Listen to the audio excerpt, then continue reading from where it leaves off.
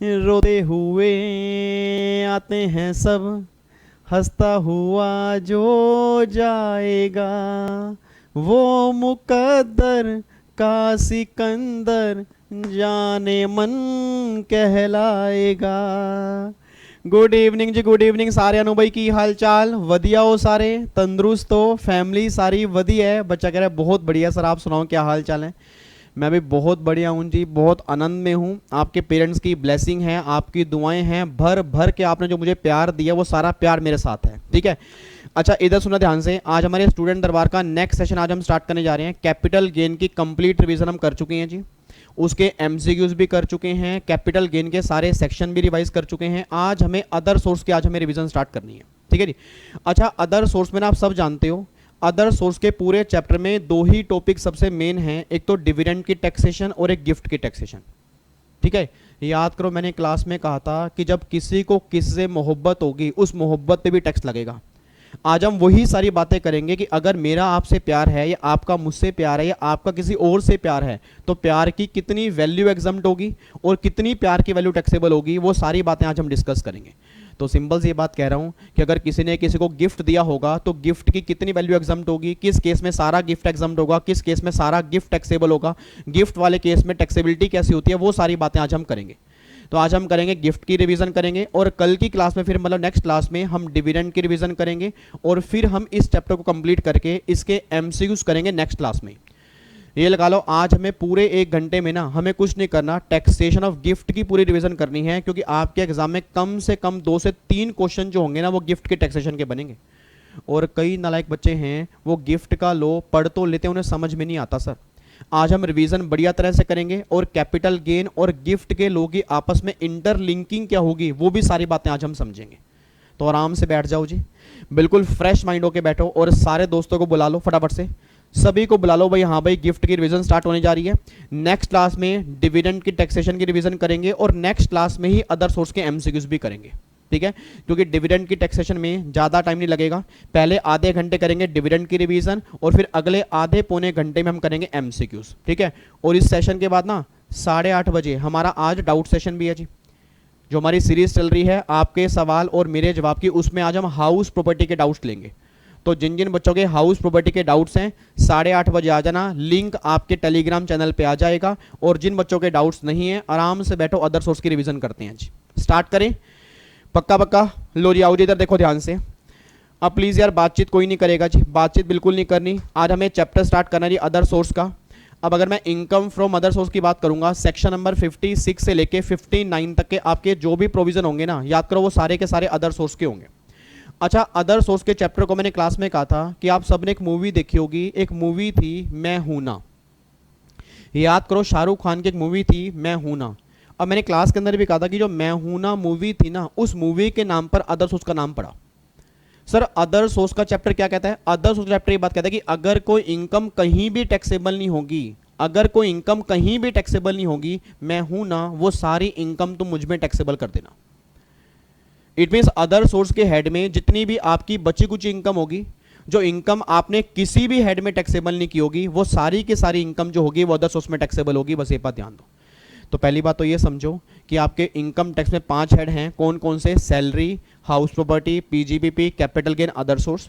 एक बार दोबारा बोलो कौन कौन से हैं? सैलरी है, हाउस प्रॉपर्टी है, पीजीबीपी है, कैपिटल गेन है, अदर सोर्स है। अब आपके 4 हेड तो स्पेसिफिक हैं, एक हेड आपका जर्नल है। 4 हेड स्पेसिफिक कौन कौन से हैं? सैलरी हो गया, हाउस प्रॉपर्टी हो गया, पीजीपी हो गया, कैपिटल गेन हो गया, ये आपके स्पेसिफिक हैं। और जो इनकम आपकी इनमें से कहीं पर भी टैक्सेबल नहीं होगी वो सारी की सारी इनकम अदर सोर्स में टैक्सेबल होगी। बस ये बात ध्यान देना।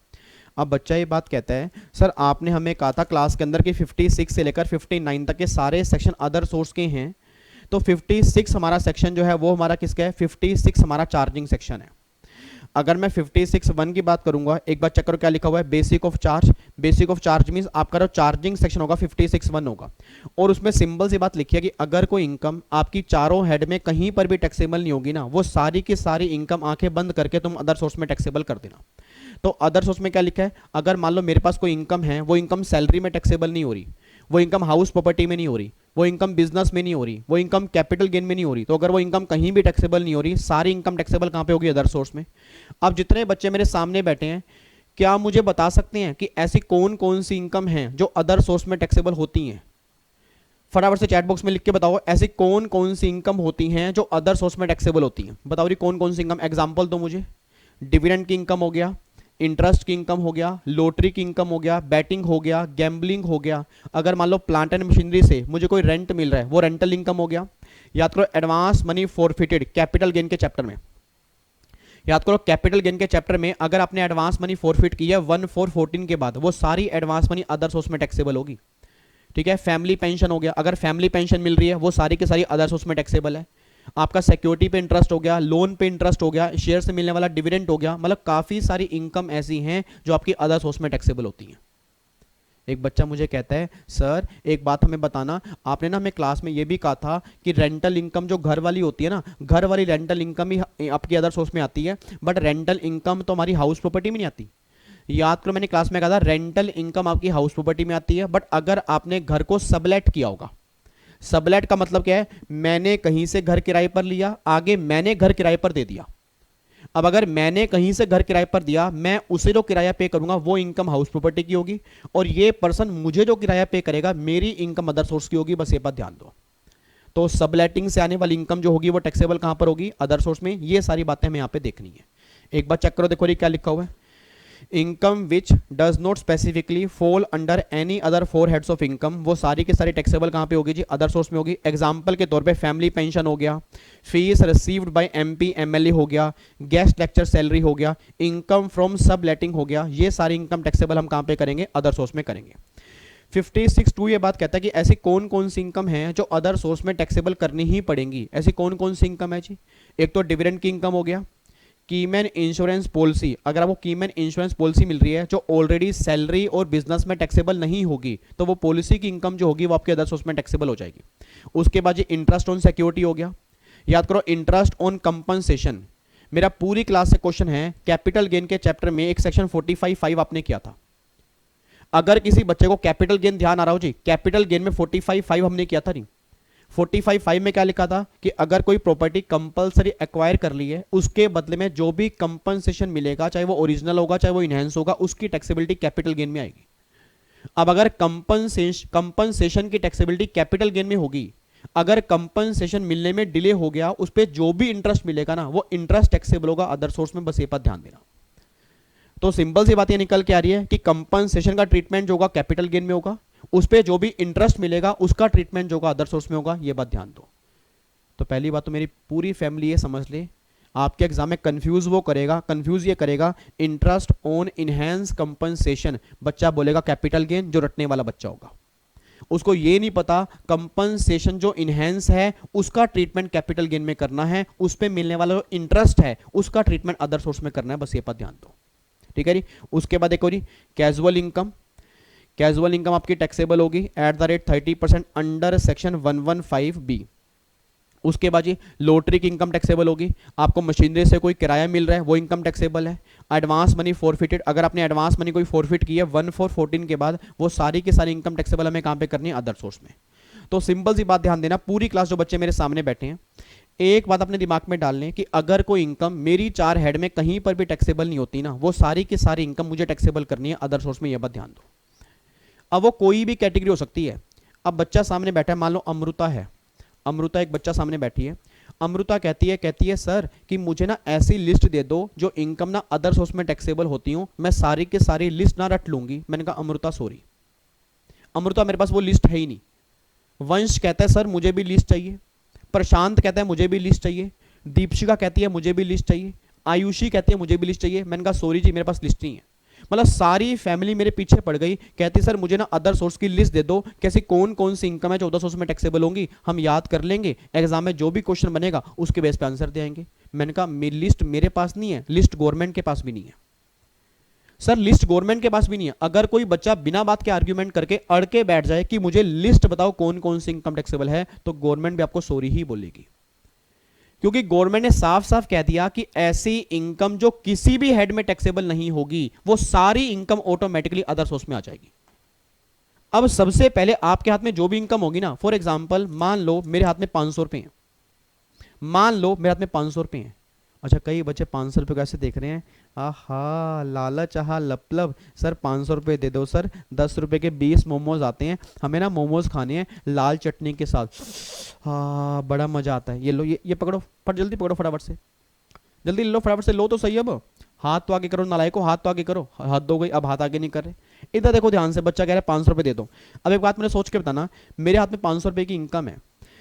अब जब ये 500 रुपये की इनकम है ना, तो गवर्नमेंट कह रही है इस इनकम को पहले सैलरी में लेके जाओ, अगर इनकम सैलरी में टैक्सेबल नहीं हो रही वापस आ जाएगी, हाउस प्रॉपर्टी में नहीं हो रही वापस आ जाएगी, कैपिटल गेन में नहीं है वापस आ गई, बिजनेस में नहीं है वापस आ गई, प्रोफेशन में नहीं है वापस आ गई, और अगर ये इनकम कहीं भी टैक्सेबल नहीं है, चुप करके इस इनकम को 10 उसमें टैक्सेबल कर दो। तो सिंपल सी बात ये निकल कर कि प्रैक्टिकल लाइफ में जब भी तुम इनकम कमाते हो, सबसे पहले 4 हेड चेक करोगे, अगर वो इनकम चारों हेड में कहीं पर भी टैक्सेबल नहीं होगी, वो सारी की सारी इनकम आंखें बंद करके अदर सोर्स में टैक्सेबल हो जाएगी। बस ये बात ध्यान दो। तो पहली बात तो ये क्लियर हो गया, जो आज हम रिवीजन स्टार्ट करने जा रहे हैं वो एक ऐसा हेड है जिसका कोई खुद का वजूद नहीं है, जिसका कोई खुद का वजूद नहीं है, ये एक रेजिडुरी हेड है। रेजिडुरी का मतलब क्या होता है, बची कुची जो भी आपकी इनकम होगी वो सारी हमें टैक्सेबल करनी पड़ेगी अदर सोर्स में, बस ये बात ध्यान दो।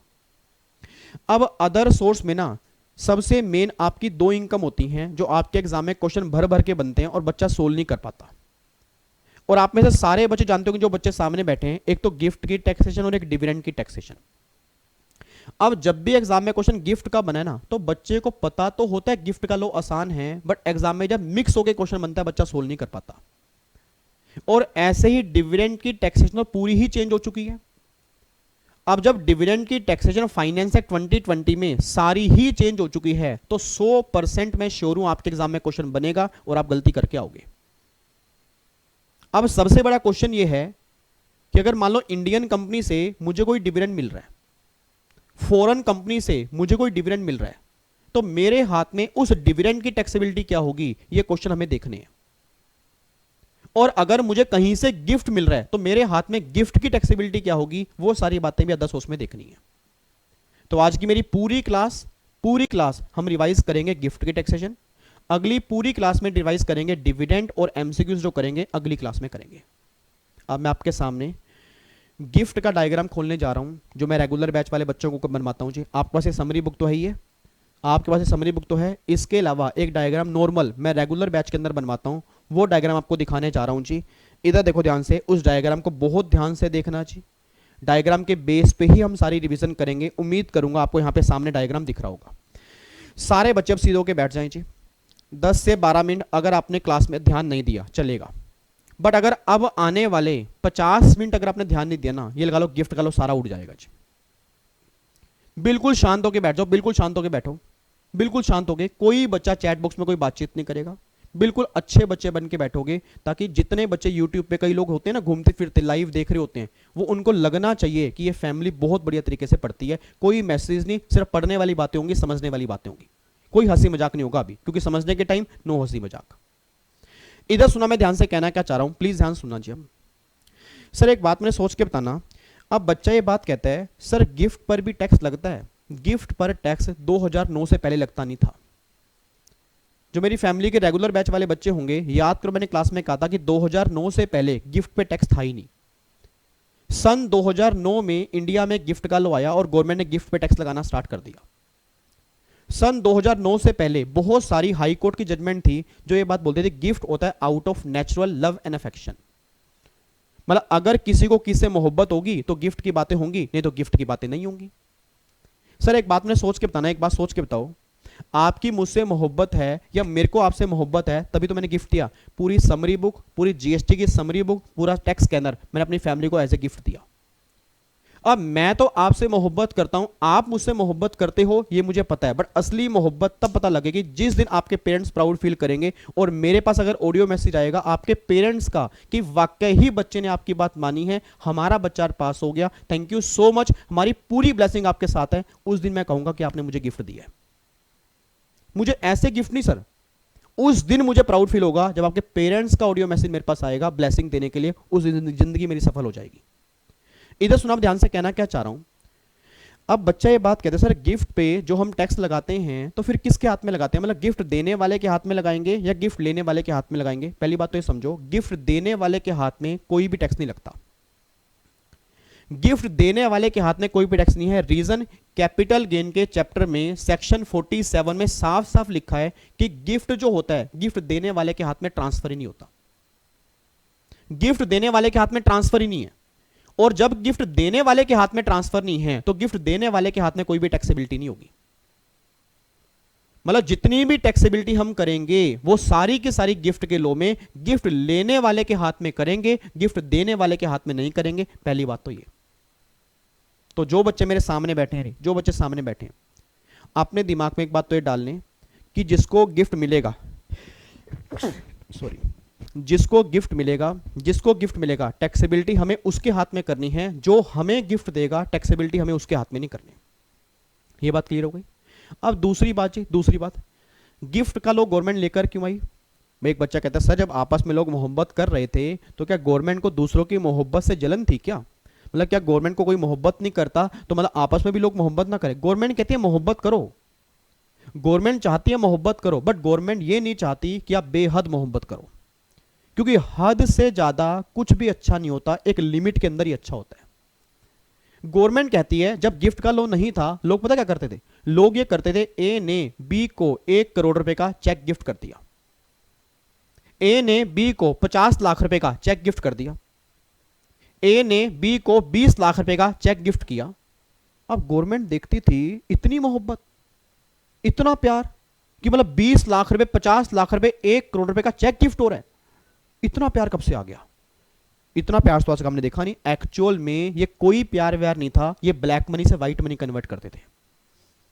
याद करो मैंने अपने रेगुलर क्लास के अंदर बताया था कि ब्लैक मनी से व्हाइट मनी कन्वर्ट करने का सबसे आसान तरीका था गिफ्ट का। जितने भी सीए हैं, जो भी सीएस हैं, यही कंसल्ट करते थे कि ब्लैक मनी से व्हाइट मनी कन्वर्ट करनी है, ऐसा करो, गिफ्ट का लो यूज कर लो। जब गवर्नमेंट ने देखा भाई साहब 20-20 मतलब लाखों रुपए में प्यार लूट रहा है, लाखों रुपए के अंदर प्यार हो रहा है, तो गवर्नमेंट ने कहा ये प्यार नहीं है। गवर्नमेंट ने कहा यहां पे ब्लैक मनी से व्हाइट मनी कन्वर्ट की जा रही है, इसलिए हम गिफ्ट के लॉ में एक सेक्शन लेके आ रहे हैं 56(2)(10)।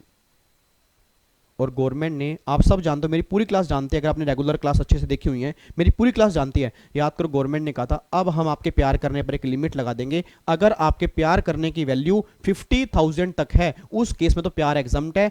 अगर प्यार आपने 50,000 से ऊपर किया तो सारा प्यार टैक्सेबल होगा, और प्यार लेने वाले के हाथ में टैक्सेबल होगा, प्यार देने वाले के हाथ में टैक्सेबल नहीं होगा। मतलब गिफ्ट का लो गिफ्ट देने वाले के हाथ में टैक्सेबल नहीं है, गिफ्ट लेने वाले के हाथ में टैक्सेबल है, ये बात ध्यान दो। तो यार प्यार करने पर भी एक लिमिट है, और सोच के बोलना सर 50,000 रुपए तक ही नॉर्मल गिफ्ट चलते हैं। आज एक बात बताओ, आज प्रैक्टिकल लाइफ में जो जमाना है, हम किसी को कितना गिफ्ट देते हैं? सर हम किसी को कितना गिफ्ट देते हैं? हम बड़ी मुश्किल से 500,000 रुपए गिफ्ट देते हैं, और अगर 1,000 रुपए का हमने गिफ्ट दे दिया, अगली उम्मीद हमारी भी होती है कि 2,000 रुपए गिफ्ट हमें भी आना चाहिए। आज कहां वो जमाना है सर, कहां वो जमाना है जब अनकंडीशनल लव होता था, आज तो कंडीशनल लव का जमाना है। आजकल कंडीशनल लव है सर, हर केस में कंडीशन आप चेक कर लो। आज अगर दोस्ती है, दोस्ती भी किसी कंडीशन पे होगी। आज अगर प्यार है, प्यार भी किसी कंडीशन पे है। आज आप भगवान के मंदिर भी जाते हो ना, भगवान से आप पता क्या कहते हो? भगवान ये 100 रुपए का नोट आपके दान पात्र में चढ़ा रहा हूं, ये ध्यान रखना मेरी सीएस क्लियर होनी चाहिए। ये तो हमारी जिंदगी है, ये तो हमारी जिंदगी है। एक दिन बहुत अच्छी बात बोली है, एक दिन मंदिर में भगवान ने ताना दिया, एक दिन मंदिर में भगवान ने मुझे ताना दिया, हमेशा मांगने ही आते हो, कभी मिलने भी आ जाया करो। एक दिन मंदिर में भगवान ने हमें ताना दिया, हमेशा मांगने ही आते हो, कभी मिलने भी आ जाया करो। आजकल का जमाना मांगने का ही तो रह गया, मिलने की तो बातें अलग हो गई। आज जब भी फोन आता है ना, तुरंत बोलते हैं हाँ जी कोई काम?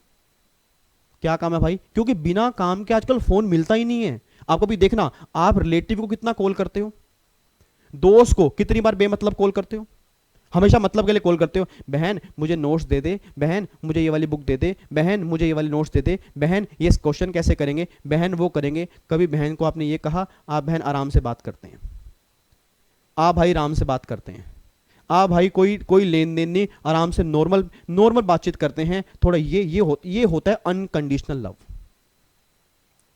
बड़ा आजकल जमाना है किसका? Conditional love. मैं कह रहा हूं हर जगह कंडीशन है, एक जगह छोड़ के, पेरेंट्स के प्यार को छोड़ के। मम्मी पापा ही ऐसा प्यार करते हैं जहां कोई कंडीशन नहीं है, उनका सिर्फ एक ही स्वार्थ है कि हमारा बच्चा बस आगे बढ़ जाए।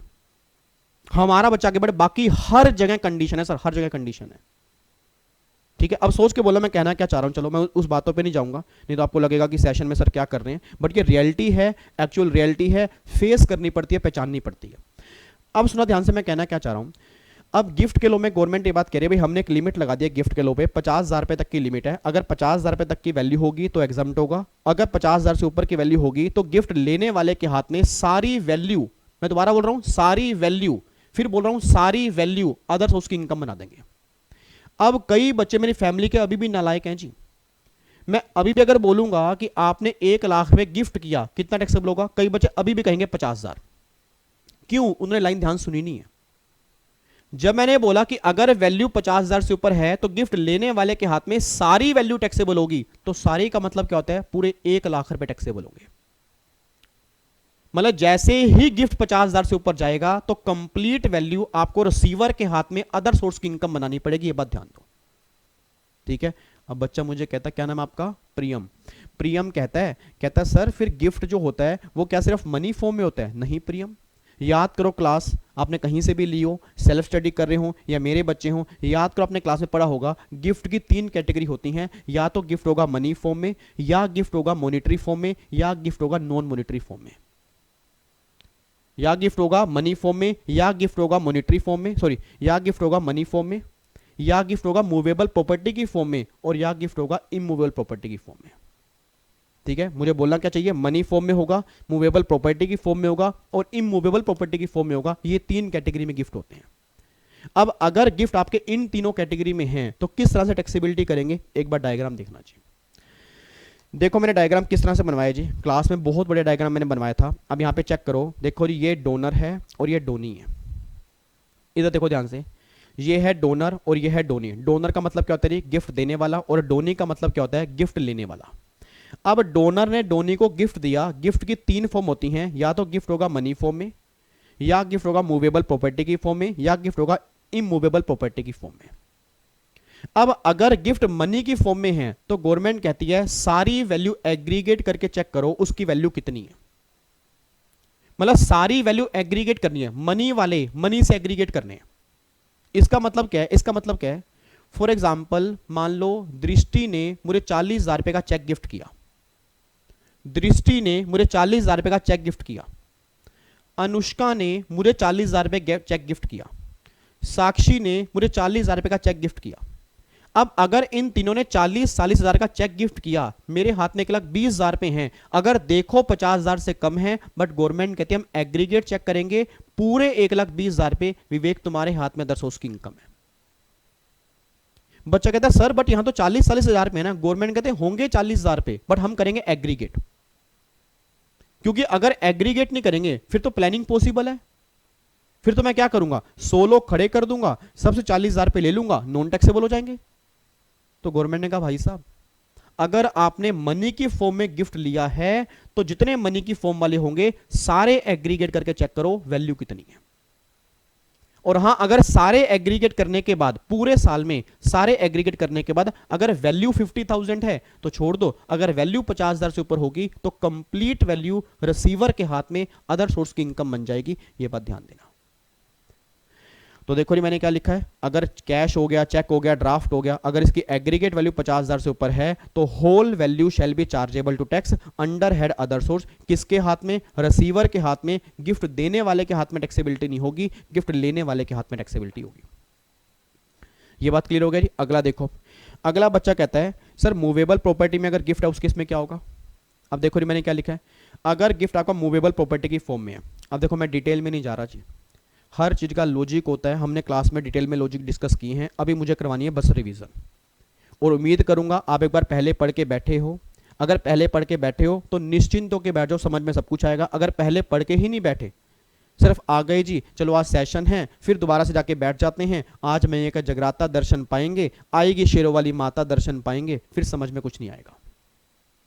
क्योंकि मैं हर क्लास से पहले बोलता हूं कि प्लीज एक बार पहले पढ़ के आना। मुझे नहीं पता कितने बच्चे मेरी बात मानते हैं, बट अगर पढ़ के आए हो ये बातें आपको समझ में आएंगी। इधर सुना ध्यान से, अब मूवेबल प्रॉपर्टी वाले केस में 2 केस निकल के आ रहे हैं, या तो गिफ्ट होगा विदाउट कंसिडरेशन में, और या वो गिफ्ट होगा इन एडिक्वेट कंसिडरेशन में। अब अगर वो गिफ्ट विदाउट कंसिडरेशन में है, फॉर एग्जाम्पल अगर मान लो मैंने आपको गोल्ड की रिंग गिफ्ट की है, सोच समझ के बोलना, मैंने आपको गोल्ड की रिंग गिफ्ट की है, अगर मैंने गोल्ड की रिंग गिफ्ट की, उसकी फेयर मार्केट वैल्यू 1 लाख रुपए है, तो आपके हाथ में 1 लाख रुपए टैक्सेबल है। मैंने आपको ड्राइंग गिफ्ट की है और उस ड्राइंग की वैल्यू 60,000 रुपए है, आपके हाथ में 60,000 रुपए टैक्सेबल है।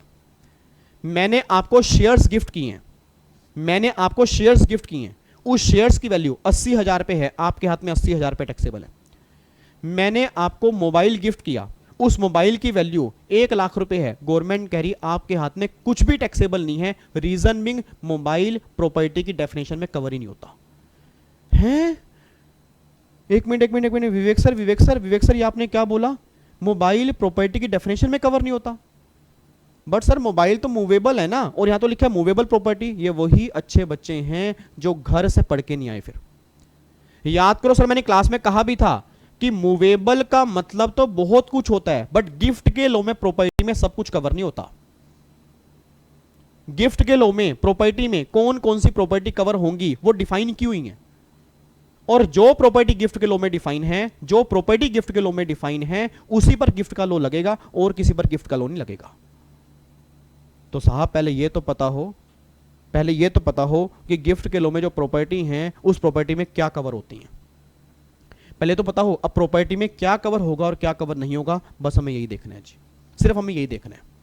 ठीक है जी। अब आपकी जानकारी के लिए बता दूं, अगर आप घर से पढ़ के आए हो, याद करो प्रॉपर्टी में ऑलमोस्ट वही डेफिनेशन कवर होती है जो कैपिटल गेन के चैप्टर में कैपिटल एसेट की डेफिनेशन के अंदर पड़ी थी। Jewellery, archaeological, drawings, paintings, sculptures, any work of art, और एक नई चीज यहां पे ऐड हो जाएगी, शेयर्स एंड सिक्योरिटी। वहां पे शेयर्स एंड सिक्योरिटी उसमें कवर नहीं थे, यहां पे शेयर्स एंड सिक्योरिटी भी कवर हो जाएंगे। मतलब अगर इनमें से कोई गिफ्ट मिलेगा फिर तो गिफ्ट का लॉ लगाना, इसको छोड़ के कोई भी मूवेबल प्रॉपर्टी होगी, मेरे बच्चे, मेरे नोनू, मेरे सोनू, मेरे बैंगनी, मेरे मैरून कलर के बच्चे, उस केस में गिफ्ट का लॉ नहीं लगेगा। उस केस में गिफ्ट का लॉ लगेगा ही नहीं जी। क्वेश्चन बहुत ध्यान से पढ़ना, अगर क्वेश्चन है फर्नीचर, गिफ्ट का लॉ नहीं है। हां, अगर फर्नीचर गोल्ड का है फिर गिफ्ट का लॉ लगेगा। अगर क्वेश्चन है वॉच, गिफ्ट का लॉ नहीं है। हां, अगर वो गोल्ड वॉच है गिफ्ट का लॉ लगेगा। एसी है, एसी है, टीवी है, माइक्रोवेव है, कूलर है, गाड़ी है, किसी भी केस में गिफ्ट का लॉ नहीं है, क्योंकि इन एसेट्स पे गिफ्ट के लॉ की टैक्सेबिलिटी नहीं है। रीजन क्या है? ये प्रॉपर्टी की डेफिनेशन में कवर नहीं होते। तो मेरी पूरी फैमिली पहली बात ये ध्यान सुन ले जी, गिफ्ट का लॉ हर प्रॉपर्टी पर नहीं लगता, मूवेबल प्रॉपर्टी पर लगता है। मूवेबल में काफ़ी चीज़ें आती हैं बट प्रॉपर्टी में काफ़ी चीज़ें नहीं आती। प्रॉपर्टी में वही चीज़ें कवर होंगी जिन पर हमें गिफ्ट का लॉ लगाना है। For example jewellery, archaeological, drawing, painting, sculptures, any work of art और शेयर्स एंड सिक्योरिटी, इन सब पर गिफ्ट का लॉ लगेगा और किसी पर गिफ्ट का लॉ नहीं लगेगा। ठीक है। तो देखो री, अगर विदाउट कंसिडरेशन है और उसकी एफएमवी 50,000 से ऊपर है तो सारी एफएमवी गिफ्ट के हाथ में, मतलब अदर सोर्स में आपकी टैक्सेबिलिटी हो जाएगी। बट अगर आपने इनएडिक्वेट कंसिडरेशन में रिसीव की है, इसका मतलब क्या है? इसका मतलब यह है, एक बच्चा ये बात कहता, क्या मोबाइल चला रहे हो, यहां चल रही है रिवीजन क्लास और वहां चल रहा है मोबाइल, इसी चक्कर में सर एग्जाम क्लियर नहीं हो पाते फिर। और मैं सही बता रहा हूं आपको, मैं समझा के थक गया हूं सर, सही बता रहा हूं। मैं कुछ बच्चों को ना समझा के थक गया हूं, या तो मुझे लगता है कि पता नहीं वो बच्चे क्या करते हैं, मतलब बच्चा मोबाइल चला के मैसेज ऐसे मैसेज कर रहे हैं, पता नहीं किसी मोदी साहब का मैसेज आ गया हो। सर इससे इंपॉर्टेंट इस टाइम क्या है? इससे इंपॉर्टेंट इस टाइम क्या है? बच्चा मैसेज कर रहा है, हेलो बेबी, अभी ना मैं विवेक सर की रिवीजन क्लास देख रहा हूँ, सॉरी मैं अभी बात नहीं कर पाऊंगा। बेबी कह रही है, बेबी रुको, नहीं तो मैं तुमसे कर दूंगी ब्रेकअप, तुम्हारे पास तो बिल्कुल ही टाइम नहीं है, तुम तो अपना पढ़ाई करते रहते हो। वो कहता है चलो ठीक है मैं रुक रहा हूँ, मैं रिवीजन क्लास चलते रहने देता हूँ, घर वालों को लगेगा मैं पढ़ रहा हूँ, मैं तुमसे बात ही कर रहा हूँ, आओ घर वालों को पागल बनाते हैं। किसको पागल बना रहे हो? किसको पागल बना रहे हो सर? ना तो मुझे बना रहे हो, ना घर वालों को, अपने आप को ही बना रहे हो। डिग्री आपको मिलनी है। ऑलवेज जब भी आप टाइम वेस्ट करते हो, ये थोड़ा सा सोच लिया करो आप किसको चीट कर रहे हो। सर घर वालों को डिग्री नहीं मिलनी है, अब उन्होंने तो पैसे भर दिए आपकी कोचिंग पे। मैं तो डेली शाम को 7 बजे आके बैठ जाता हूं यहाँ पे और फिर 8:30 बजे लाइव आ जाता हूं। सब अपना काम कर रहे हैं, मैं भी अपना काम कर रहा हूं, घर वाले भी काम कर चुके हैं। अब सिर्फ आपने काम करना है, आपके काम के बेस पे रिजल्ट डिपेंड होगा, मेरे काम के बेस पे नहीं होगा। सर मैं तो 100 स्टूडेंट दरबार भी कर दूंगा, हमारे 100 सेशन भी हो जाएंगे, क्या मेरे 100 सेशन करने से आपके एग्जाम 100% क्लियर होंगे? Answer is no. जब तक आप अपना बेस्ट नहीं दोगे, मैं जितनी मर्जी मेहनत करता हूं, मेरी मेहनत का फायदा ही नहीं है। मैंने कहा था ना, जब मैंने स्टूडेंट दरबार स्टार्ट किए थे 1600 बच्चे लाइव बैठते थे, अब कितने बैठते हैं? 300-400, 1200 बच्चा गायब हो गया। रीजन मिंग, अरे यार बस यार, वो स्टार्टिंग का जोश होता है यार, इतनी पढ़ाई हमसे नहीं होती। विवेक सर का तो हर बार का काम है, विवेक सर आके बैठ जाते हैं पागलों की तरह, सेशन डालते रहते हैं, रिवीजन क्लास डालते रहते हैं। उनको क्या पता, हम जब पढ़ना होगा पढ़ लेंगे, नहीं पढ़ना होगा नहीं पढ़ेंगे। क्या होगा, एग्जाम ही क्लियर नहीं होंगे ना, एग्जाम से बाहर आके बोल देंगे पेपर मुश्किल था, पेपर बाहर से आया था, ये अच्छा नहीं पढ़ाया, वो अच्छा नहीं पढ़ाया, काम हो जाएगा। बस एक्सक्यूज हम दे देंगे, हमारे घर में शादी थी, हमारे घर में ये प्रॉब्लम थी। सर क्या प्रॉब्लम मेरे घर में नहीं है क्या? मैंने कहा था, मेरे मामा जी का लड़का एक्सपायर हुआ था, 28 साल का था, उस दिन मैं टूट गया था। अगले दिन मैंने फिर भी क्लास ली थी अपनी पूरी फैमिली के लिए कि नहीं, मुझे अपनी फैमिली के लिए तो काम करना है ना। सर यार प्रॉब्लम हर घर में है, उस प्रॉब्लम को साइड करके फिर भी मैं आपके लिए आ रहा हूं सिर्फ एक वजह से कि मुझे आपके चेहरे पे स्माइल चाहिए, आपके पेरेंट्स के चेहरे पे स्माइल चाहिए। उसके बावजूद भी अगर कुछ बच्चे इज्जत नहीं करते ना, फिर गुस्सा आता है मुझे। एक बार सोच के बताओ सर, एक बार सोच के बताओ, मेरे को आपको डिग्री मिलेगी क्या? मुझे डिग्री मिलेगी? मुझे डिग्री 8 साल पहले मिल चुकी है, घर में मेरी डिग्री पड़ी है, मैं ऑलरेडी सीए बन चुका हूं। मैं आपको क्यों बनवाना चाह रहा हूं? आपको फील होना चाहिए कि जो डिग्री हमारे पास आने वाली है वो कितनी बढ़िया डिग्री है। मोबाइल बीच में काम नहीं करेगा। अगर क्लास देख रहे हो, देखो सिंपल सी बात है, अगर सिंसियर तरीके से क्लास देख रहे हो, क्लास देखने का फायदा होगा। मैं इतनी गारंटी दे सकता हूं, इससे बेस्ट रिवीजन क्लास नहीं हो सकती जी, इससे बेस्ट रिवीजन क्लास नहीं हो सकती। आप बार बार कह रहे थे ना मुझे 20 घंटे का मैराथन डाल दो, मेरे को तो बढ़िया होता 20 घंटे का मैराथन डाल देता। 20 घंटे मैराथन में इतने बढ़िया तरीके से हम कर नहीं पाते सर। आप चेक कर लो, 20 घंटे तो हमारे वैसे ही हो चुके होंगे अभी तक। एक बार काउंट कर लो जरा, सारे स्टूडेंट दरबार काउंट कर लो, 20 घंटे हमारे हो चुके होंगे, और 20 घंटे में हम मुझसे इनकम टैक्स की रिवीजन मांग रहे थे। और अभी हमारे कितने सेशन अभी और लगने हैं, तो कम से कम 30 घंटे लगेंगे। 30 घंटे में रिवीजन करा रहा हूं, अच्छे ढंग से करा रहा हूं, उसके बावजूद भी अगर आप नहीं पढ़ोगे, गलत बात है ना फिर ये। हाँ कर दो डिसलाइक, कर दो कर दो, यही काम है बस, गुस्सा करके डिसलाइक करके भाग जाओ, नालायक। इधर देखो ध्यान से जी, अब इधर देखो प्लीज, अब बातचीत नहीं जी, यहाँ पे सुनना ध्यान से। फोन, एक तो फोन में अगर क्लास देख रहे हो तो क्लास देखो, बीच में कोई मैसेज नहीं होना चाहिए, बिल ध्यान रखना। सबको बोल दिया करो भाई 7 से लेके 9:30 बजे तक हमारा पढ़ने का टाइम होता है, क्योंकि 7 से 8 हमारा रिवीजन सेशन होता है, फिर 8:30 से लेकर 9:30 बजे तक डाउट सेशन होता है। 9:30 बजे के बाद कोई बातचीत करनी है करो, 9:30 से पहले कोई बातचीत नहीं करेगा जी। सर मैं भी तो बातचीत छोड़ के बैठा हूं ना, बीच में मेरा मोबाइल कोई बीच में आता है? मोबाइल में अपना ऑफ करके बैठता हूं, फ्लाइट मोड पे करके बैठता हूं ताकि कॉल ना आ जाए किसी का। इधर देखो ध्यान से, मैं कहना क्या चाह रहा हूं, अब प्लीज वापिस आओ जी। इधर देखो, अब बच्चा ये बात कहता है कि सर ये मूवेबल प्रॉपर्टी आपने कहा विदाउट कंसिडरेशन वाले केस में भाई 50,000 से अगर ऊपर होगा तो टैक्सेबल होगा। ये इनएडिक्वेट वाला केस समझ में नहीं आ रहा, इनएडिक्वेट वाले केस में कैसे होता है?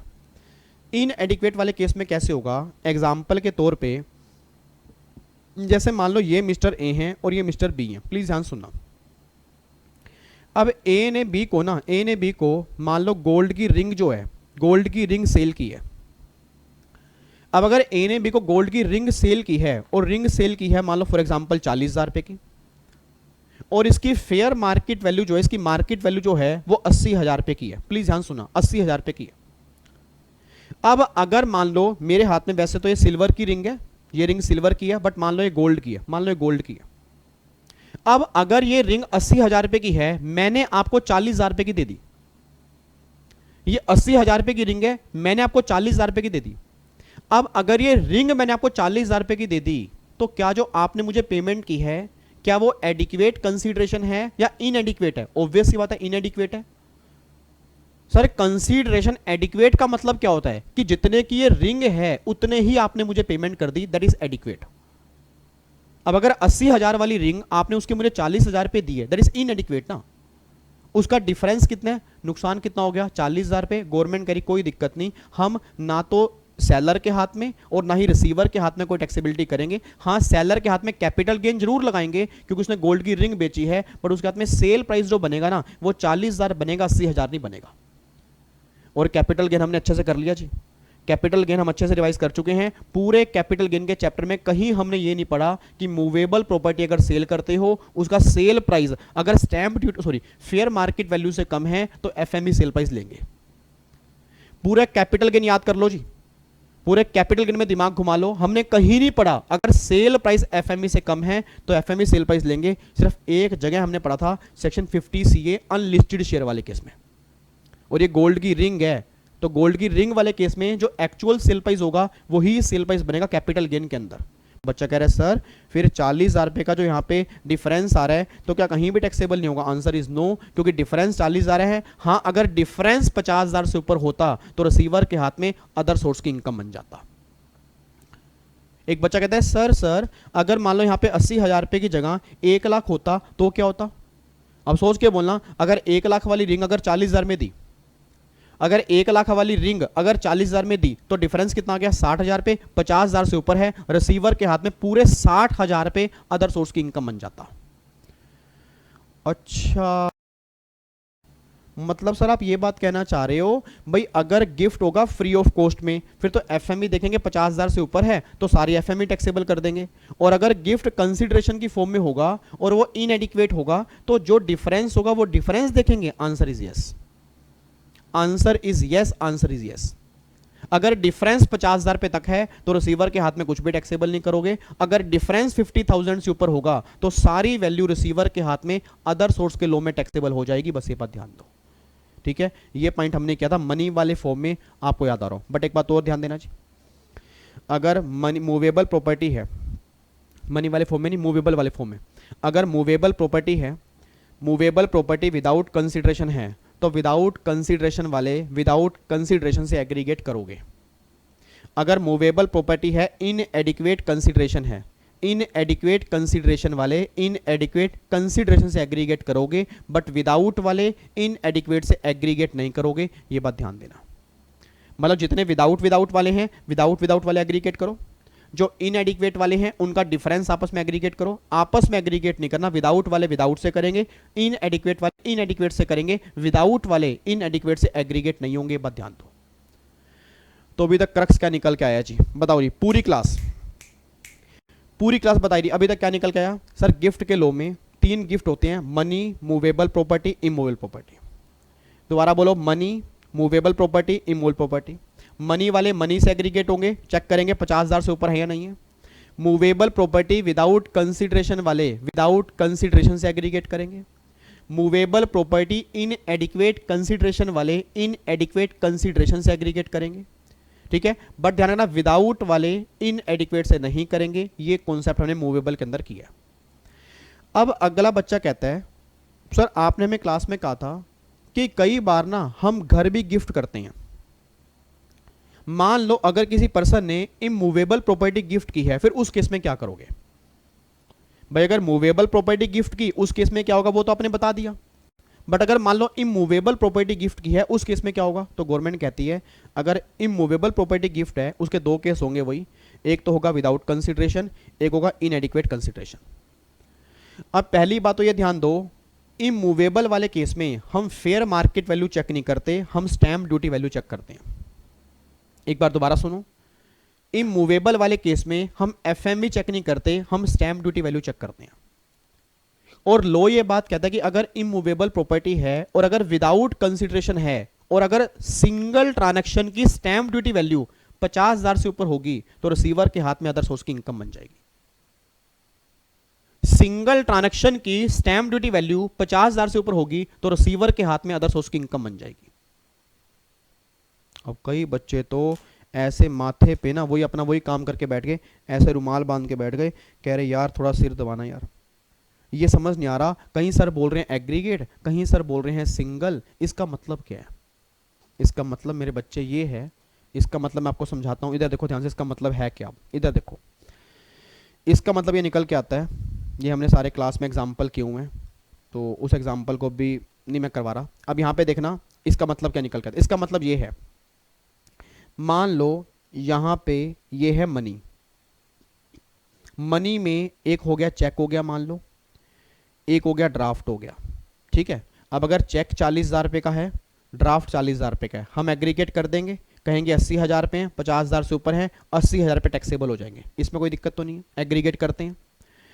गोल्ड की रिंग मान लो 40,000 रुपये की है और ड्राइंग, जो ड्राइंग है ड्राइंग वो भी गिफ्ट की है, वो भी 40,000 रुपए की है। 40 प्लस 40 कितने हो गए? 80। 80,000 रुपए टैक्सेबल हो जाएंगे। बट अब गवर्नमेंट कह रही है एक घर है, एक घर, उसकी स्टैंप ड्यूटी 40,000 रुपए की मान लो है, और दूसरा घर है उसकी स्टैंप ड्यूटी 50,000 रुपए की है, और ये दोनों विदाउट कंसीडरेशन में गिफ्ट किए गए हैं। अब अगर मैं एग्रीगेट करूं कितने बन रहे हैं? 90,000 रुपए। 50,000 से ऊपर है, रिसीवर के हाथ में 90,000 रुपए टैक्सेबल होने चाहिए। गवर्नमेंट कहती है भूल के मत कर देना। और जो नालायक बच्चे लिख रहे हैं 90,000, मैं उनको भी कह रहा हूं भूल के मत कर देना। सर इमूवेबल प्रॉपर्टी वाले केस में गवर्नमेंट ने साफ साफ कहा है सिंगल ट्रांजैक्शन चेक करनी है, एग्रीगेट नहीं करना है।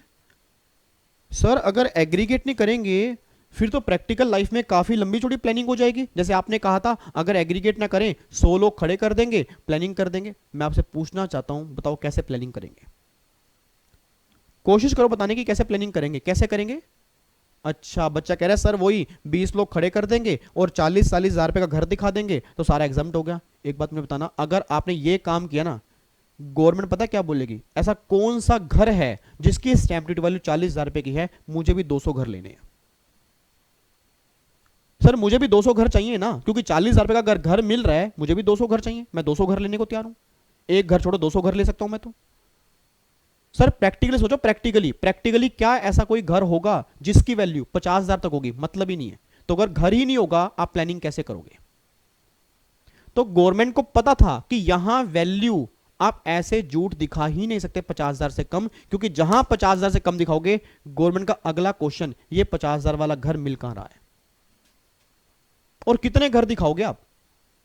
गवर्नमेंट आप घर दिखाओगे 4, गवर्नमेंट बोलेगी हमें 400 चाहिए। ये लो 40-40 हजार पे मल्टीप्लाई करो 400, ये हमको 400 घर दिलवा दो। आपकी बोलती बंद हो जाएगी। क्यों? आपको पता है आपने गलत काम किया है। तभी गवर्नमेंट ने कहा इमूवेबल वाले केस में हमें टेंशन ही नहीं है। इमूवेबल वाले केस में हमें टेंशन ही नहीं है, हमें यहां पे सिंगल चेक करनी है, एग्रीगेट हमें करना ही नहीं है। सिंगल 50,000 से ऊपर है तो सारी वैल्यू रिसीवर के हाथ में, अदर सोर्स की इनकम बना दो, बात खत्म करो। तो ये बात मैंने क्लास के अंदर भी कही थी कि इमूवेबल वाले केस में कोई भी एग्रीगेट नहीं होता। मूवेबल वाले केस में एग्रीगेट है, मनी वाले केस में एग्रीगेट है, इमूवेबल वाले केस में एग्रीगेट नहीं है। अब अगला पॉइंट देखो जी, अगर इमूवेबल प्रॉपर्टी है और अगर इनएडिक्वेट कंसिडरेशन है तो अदर सोर्स में टैक्सेबिलिटी कब होती है? कोई बच्चा क्लास का अगर थोड़ा बहुत याद आ रहा हो मुझे चैट बॉक्स में लिख के बताइए जी, चैट बॉक्स में लिख के बताए। अगर इमूवेबल प्रॉपर्टी इनएडिक्वेट कंसिडरेशन में है, चैट बॉक्स में लिख के बताओ। अगर इमूवेबल प्रॉपर्टी इनएडिक्वेट कंसिडरेशन में है, बताओ जी कितना टैक्सेबल करूंगा? जल्दी लिखो। कितनी कंडीशन थी? बोलो बोलो बोलो, कितनी कंडीशन थी? 2 कंडीशन। याद करो पहली कंडीशन क्या थी, कोशिश करो बोलने की। पहली कंडीशन क्या थी? पहली कंडीशन थी कि डिफरेंस 50,000 से ऊपर होना चाहिए, बहुत बढ़िया। और दूसरी कंडीशन, कमाल कर दिया आपने, दूसरी कंडीशन थी कि stamp duty value sale price के 110% से ज्यादा होनी चाहिए। बहुत बढ़िया जी, 4-5 बच्चों ने जो भी आंसर दिया, बाकी सब बच्चे नालायक हैं। जिन्होंने आंसर दिया उनके लिए क्लैपिंग है जी। कि 2 कंडीशन थी, पहली कंडीशन डिफरेंस 50,000 से ऊपर हो और दूसरी condition stamp duty value sale price के 110% से ज्यादा हो। अगर दोनों कंडीशन सेटिस्फाइड होंगी तब रिसीवर के हाथ में टैक्सेबिलिटी करेंगे, नहीं तो नहीं करेंगे। ठीक है, तो देख लो यहां पे क्या लिखा है। पहली कंडीशन एसडीवी 110% से ऊपर होनी चाहिए और डिफरेंस जो है आपका 50,000 से ऊपर हो। अगर दोनों कंडीशन सेटिस्फाइड होंगी तो जितना डिफरेंस होगा वो सारा डिफरेंस अदर सोर्स की इनकम बन जाएगा। ये बात ध्यान दो जी। ठीक है, अब मैं आपको दिखाऊं, ये देखो जी। अब मैंने क्रक्स क्या लिखवाया था क्लास में, आपको मैं क्रक्स दिखाता हूं। क्लास में हमने क्रक्स लिखा था, ये देखो ये क्रक्स है। कई बच्चे कह रहे हैं ये भी नोट्स दे दो, नालायकों ये भी नोट्स दे दो। अब समरी नोट्स आपके पास हैं, ये क्लास नोट्स हैं जी, ये क्लास में हम नोटिंग करते हैं। ये बच्चों ने वो नोटिंग की हुई है। अब कई बच्चे तो क्लास में भी नोटिंग सही ढंग से करते नहीं, और देखो कितनी बढ़िया नोटिंग की है बच्चे ने बैच किस पर। देखो अब देखो क्या लिखा है रही, मनी वालों से एग्रीगेट होंगे, ये बात तो क्लियर है। मनी वालों से एग्रीगेट होंगे। मूवेबल प्रॉपर्टी विदाउट कंसीडरेशन वाले मूवेबल प्रॉपर्टी विदाउट कंसीडरेशन से एग्रीगेट होंगे। Movable property inadequate consideration वाले movable property inadequate consideration से एग्रीगेट होंगे। लेकिन लेकिन मूवेबल प्रॉपर्टी विदाउट कंसिडरेशन वाले movable property inadequate consideration से एग्रीगेट नहीं होंगे। उसके बाद जी इमूवेबल प्रॉपर्टी विदाउट कंसिडरेशन वाले इमूवेबल प्रॉपर्टी विदाउट कंसिडरेशन से भी एग्रीगेट नहीं होंगे, और ऐसे ही इन एडिक्वेट कंसिडरेशन वाले इन एडिक्वेट से भी एग्रीगेट नहीं होंगे, और आपस में तो एग्रीगेट का मतलब ही नहीं है। मतलब ना तो मनी वाले मूवेबल से होंगे, ना मूवेबल वाले इमूवेबल से होंगे, और ना ही आपस में होंगे, कहीं पर भी एग्रीगेशन नहीं है। अगर एग्रीगेशन करना है तो इस तरह से एग्रीगेशन करना है, इस तरह से एग्रीगेशन नहीं करना। ऐसा नहीं है एग्जाम में क्वेश्चन आ गया, चेक दिया 40,000 रुपए का, गोल्ड की रिंग दी 40,000 रुपए की, घर दिया 40,000 रुपए का, आप कहीं कहो 1,20,000 रुपए टैक्सेबल है, वो बिल्कुल गलत हो जाएगा जी। मनी को अलग लेके चलो, मूवेबल को अलग लेके चलो, इमूवेबल को अलग लेके चलो। मनी वाले मनी से एग्रीगेट करो, मूवेबल विदाउट वाले विदाउट से एग्रीगेट करो, मूवेबल इनएडिक्वेट वाले इनएडिक्वेट से एग्रीगेट करो, इमूवेबल विदाउट वाले विदाउट से भी नहीं होंगे, इमूवेबल इनएडिक्वेट वाले इनएडिक्वेट से भी नहीं होंगे। तो रटने वाला बच्चा एक बात ध्यान दीजिए, अब उनकी बारी आ चुकी है। अब बारी है रटने वाले बच्चों की। एग्जाम में जब भी क्वेश्चन गिफ्ट वाला बनेगा, क्वेश्चन को फिल्टर कर लेना, पहले क्वेश्चन को फिल्टर कर लेना कि मनी वाले कौन से हैं उसको अलग निकाल दो, मूवेबल प्रॉपर्टी विदाउट वाले कौन से हैं उसको अलग निकाल दो, मूवेबल प्रॉपर्टी इन एडिक्वेट वाले कौन से हैं उसको अलग निकाल दो, और इमूवेबल को अलग निकाल दो। उसके बेस पे क्वेश्चन करोगे तो आंसर बिल्कुल सही आएगा जी आपका। ठीक है। अब आप में से कई बच्चों के मन में पता है मुझे डाउट आ रहा है, मुझे पता है सारा आइडिया, मुझे डाउट बच्चों के मन में ये आ रहा है, सर हमने ना क्लास के अंदर पढ़ा था कि अगर गिफ्ट मिलता है रिलेटिव से, अगर शादी पर गिफ्ट मिलता है तो एग्जम्प्ट होता है। तो सर जब शादी पर गिफ्ट मिलता है एग्जम्प्ट होता है, रिलेटिव पर मिलने वाला गिफ्ट एग्जम्प्ट होता है, तो आपने वो तो बताया ही नहीं। अभी अगला स्टेप मेरा वही है, अगला स्टेप मेरा वही है कि अभी तक तो हमने क्या बोला कि गिफ्ट कितनी वैल्यू के बाद टैक्सेबल होगा। अब अगला कॉन्सेप्ट मेरा यही है कि अगर इन इन लोगों से गिफ्ट मिलेगा ना आपको, अगर इन इन लोगों से गिफ्ट मिलेगा तो आपके हाथ में कुछ भी टैक्सेबल नहीं होगा। अब वो गिफ्ट कहां कहां से मिलेगा, गिफ्ट कहां कहां से मिलेगा, देखो जी आपको मैं दिखाता हूं, इधर देखो ध्यान से। अब अगर मैं गिफ्ट के लो की बात करता हूं जी, ये मैंने क्रॉस क्यों मारा हुआ है, क्योंकि ये डिविडेंड का लो है जो पुराना अब खत्म हो चुका है। अब हम कल नेक्स्ट क्लास में रिवीजन करेंगे, वो नई लो की करेंगे। आपको मैं दिखाता हूं यहां पे, ये देखो जी। पहली बात तो ये चेक करो, ये आपके समरी बुक में ही दिया है, जो समरी बुक आपके पास है ना, जो समरी बुक आपके पास है उसमें ही दिया हुआ है। अब देखो यहाँ पे प्रॉपर्टी में क्या आएगा जी, प्रॉपर्टी मीन्स, हाँ नहीं, प्रॉपर्टी मीन्स एक तो इमोल प्रॉपर्टी, लैंड और building, shares and security, jewellery, archaeological drawing, painting, sculptures और एनी वर्क ऑफ आर्ट और बुलियन, ये सब आपका प्रॉपर्टी में आ जाएगा। अब गिफ्ट किस किस केस में एग्जम्प्ट होगा, प्लीज यार बातचीत नहीं, सिर्फ 10-15 मिनट की बात हो रहा है, सिर्फ 10-15 मिनट की बात हो रहा है। इसके क्वेश्चन मैं करवा दूंगा एमसीक्यूज के अंदर, आप टेंशन बिल्कुल मत लो, इसके क्वेश्चन हम कर लेंगे, तो टेंशन लेने की बात नहीं है जी। Provided nothing shall be taxable if gift has been receive, अगर गिफ्ट आपको यहां से मिलेगा उस केस में कुछ टैक्स पे ही नहीं करना जी। सबसे पहला है फ्रॉम एनी रिलेटिव, अगर रिलेटिव से मुझे कोई गिफ्ट मिल रहा है तो मेरे हाथ में कुछ भी टैक्सेबिलिटी नहीं है। अगर रिलेटिव से मुझे कोई गिफ्ट मिल रहा है मेरे हाथ में कुछ भी टैक्सेबिलिटी नहीं है। अब ये मत कहना रिलेटिव में कौन कौन आता है, वो हमने क्लास में कर लिया था। रिलेटिव में कौन कौन नहीं आता वो बता देता हूं, रिलेटिव में कौन कौन नहीं आता वो डिस्कस कर लेता हूं। एक तो भाई और बहन के बच्चे, वो रिलेटिव में कवर नहीं होते। मेरी सिस्टर है, मैं क्लास में एग्जांपल नॉर्मली देता हूं, मेरी सिस्टर है, उसकी उनकी एक डॉटर है, मेरी नीस है, उसका मैं क्या लगा, मामा लगा, उसका मैं लगा मामा। अब अगर उसको मैं कोई गिफ्ट दूंगा उसके लिए मैं रिलेटिव हूं, उसके लिए मैं रिलेटिव हूं। अगर मैं अपनी भांजी को कोई गिफ्ट दूंगा, अपनी निस को कोई गिफ्ट दूंगा, उसके लिए मैं रिलेटिव हूं, क्यों, उसका मैं मामा लगा। वो मुझे कोई गिफ्ट देगी, उसका नाम है अनन्या, नाम है उसका अनन्या। वो अनन्या, अब जैसे मान लो अनन्या मुझे बोले, अनन्या बोले मामू मामू मामू ये गिफ्ट ले लो, ये ना गोल्ड की रिंग है, मामू ये गोल्ड की रिंग ना आपकी है, ये लो गोल्ड की रिंग ले लो। अब ये गोल्ड की रिंग 1,00,000 रुपए की है। अब देखने से लग रहा है कि अनन्या नीस जो मेरी है, मेरी बहन की लड़की है, रिलेटिव होनी चाहिए, गवर्नमेंट कहती नहीं। बट अगर यही मैं गिफ्ट दूंगा अनन्या को, चाहे वैल्यू लाखों करोड़ों रुपए ही क्यों ना हो, अनन्या के हाथ में एग्जम्प्ट है। रीजन, क्योंकि मैं उसका रिलेटिव हूं। सर कई बार ना लोग रट तो लेते हैं, वो समझ नहीं पाते कि कैसे रिलेटिव हमें चेक करने होते हैं। सर अगर आपने रिलेशन इस साइड से देखा तो उस साइड से भी देखो कि वो हमारे लिए रिलेटिव है या नहीं है, हम उसके लिए है या नहीं है। कई बार देखने से क्या लगता है कि हम उसके हैं, हम ये नहीं देख पाते कि वो हमारे नहीं है, और एग्जाम में गलती हो जाती है। एग्जाम में 100% ऐसे ही गलती होती है, बच्चा रट के जाता है। अब सोच के बोलना, नॉर्मल अगर एग्जाम्पल आ जाए कि हाँ भाई सिस्टर की डॉटर ने गिफ्ट दिया, नॉर्मली बच्चा क्या सोचेगा, यार नीस ने गिफ्ट दिया, भांजी ने दिया, एग्जाम होना चाहिए। गवर्नमेंट कहती है हेलो, रिलेटिव की डेफिनेशन में कहीं पर भी नहीं लिखा कि डॉटर ऑफ, मतलब जो आपकी ब्रदर और सिस्टर की जो डॉटर हैं या सन हैं, जो उनके चिल्ड्रन हैं, वो आपके रिलेटिव में कवर होंगे, कहीं पर भी नहीं है। तो पहली बात, भाई और बहन के बच्चे रिलेटिव में कवर नहीं होते। दूसरी बात, जो कजन होते हैं, कजन्स कजन्स होते हैं ना, कजन्स कजन्स भी रिलेटिव में नहीं आते। कोई कजन तो हम किसी को बुला लेते हैं सर, कजन तो ना कजन हम किसी को भी बना लेते हैं। अब बेबी और बाबू खड़े थे, बेबी और बाबू सड़क पे खड़े थे, या मतलब खड़े थे वहां पे, किसी ने देख लिया, ओ माय गॉड, मान लो किसी रिलेटिव ने देख लिया, कह रहे यार ये तो वही है गोपाल, और गोपाल के साथ ये कौन खड़ी। गोपाल को पता लग, गोपाल ने देख लिया, कह रहा यार आज तो मेरे घर आके पिटाई होगी।